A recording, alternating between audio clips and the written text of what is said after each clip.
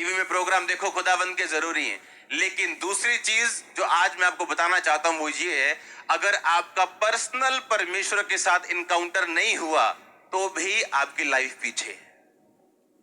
मैं बताता हूं कैसे। जो दूसरा वचन हमने पढ़ा,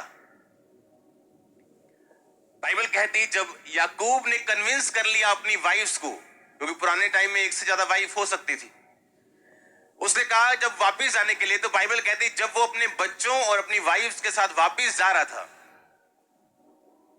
तो उसे रास्ते में मालूम हुआ कि उसका भाई, सगा भाई एसाव, जो उसका जुड़वा भाई था, जिसकी आशीष याकूब ने धोखे से ले ली थी, वो उसको 400 बंदे लेकर मिलने के लिए आ रहे हैं।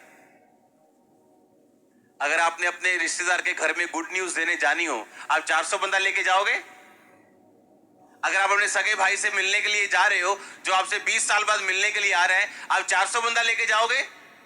वो 400 बंदा लेके मिलने नहीं जा रहा था, वो 400 बंदा लेके उसे मारने के लिए जा रहा था। वो गुस्सा अभी भी उसके दिल में था कि तू मेरी आशीष लेके भागा था, मैं तुझे छोड़ूंगा नहीं। क्योंकि एसाव जो था वो आत्मिक बंदा नहीं था।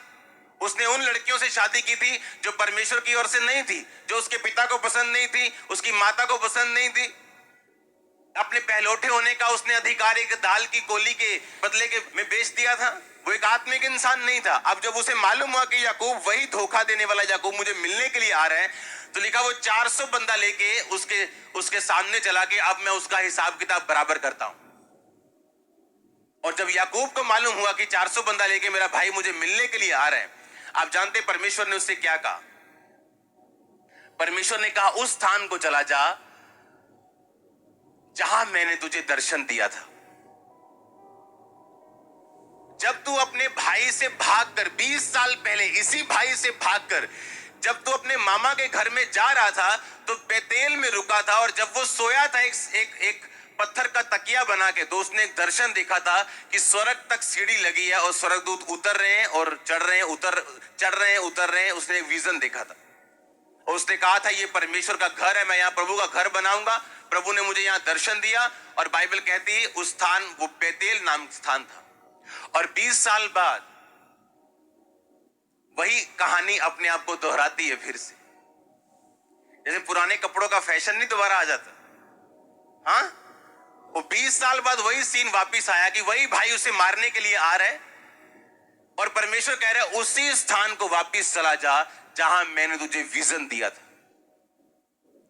आज से 15 साल पहले, जब मसीह में आने के बाद भी मेरा दिमाग सुसाइड करने में ही था, तो परमेश्वर ने, जब मैंने 40 फास्टिंग की थी मैंने, और फास्टिंग में अभी मैं प्रार्थना में बढ़ रहा था, तो एक मेरी आदत थी, मेरे को दुष्ट आत्मा के जब अटैक होते थे तो मेरे को सिर पे अनॉइंटिंग ऑयल रख के ऐसे लगा के पूरा चेप के मेरे को प्रार्थना और बाइबल पढ़नी पड़ती थी 3 घंटे, 6 घंटे, 8 घंटे एवरी डे। इसलिए नहीं कि मैं प्रभु से प्यार करता था, इसलिए कि जब मैं बाइबल पढ़ता था और अनॉइंटिंग ऑयल लगा के अपने टेरिस पे जाके प्रार्थना करनी शुरू करता था, तो दुष्ट आत्मा का अटैक कम होना शुरू होता था। उस रिलीफ के लिए मुझे ये करना पड़ता था। और एक दिन बाइबल पढ़ते पढ़ते क्या वचन मेरे सामने आया, हियाव बांध और दृढ़ रह, क्योंकि तू जानता है कि प्रभु में किया हुआ परिश्रम व्यर्थ नहीं जाता। सुनो ध्यान से, ये आम वचन नहीं था, ये रेमा वचन था, ये इनकाउंटर था खुदा के साथ। आप समझ रहे मेरी बात को? ये मेरी प्रार्थना रोजे रख रख के कि परमेश्वर मुझे फ्री कर, फ्री कर, फ्री कर, और बाइबल का वचन मेरे सामने आता है कि मैं मेहनत करूं। प्रभु में की गई मेहनत व्यर्थ नहीं जाती। मुझे ऐसा लगा ये इनकाउंटर हुआ है मेरा, प्रभु के साथ मेरा आमना सामना हुआ है। परमेश्वर ने मेरी प्रार्थना का उत्तर दिया है कि मैं मेहनत तो कर रहा हूं, लेकिन इतनी नहीं कि मैं अपने इस केस से, इस बड़ी प्रॉब्लम से आजाद हो जाऊं।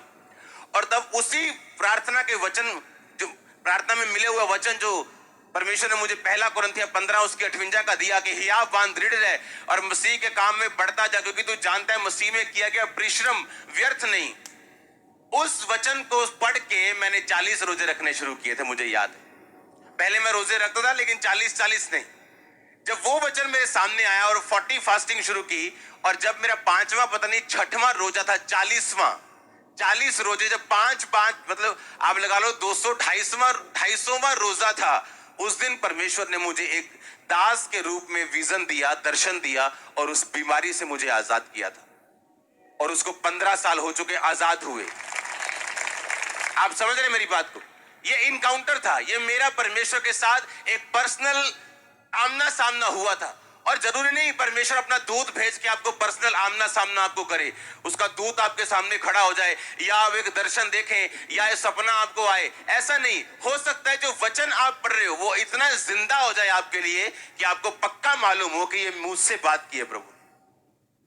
वो पर्सनल एनकाउंटर याकूब का हो चुका था। वो पर्सनल एक रेमा वर्ड याकूब को मिल चुका था जब वो अपने भाई एसाव के सामने से भागता था। और 20 साल बाद परमेश्वर ने फिर कहा कि फिर तू उसी वचन पे ध्यान दे जो मैंने तुझसे 30 साल पहले कहा था।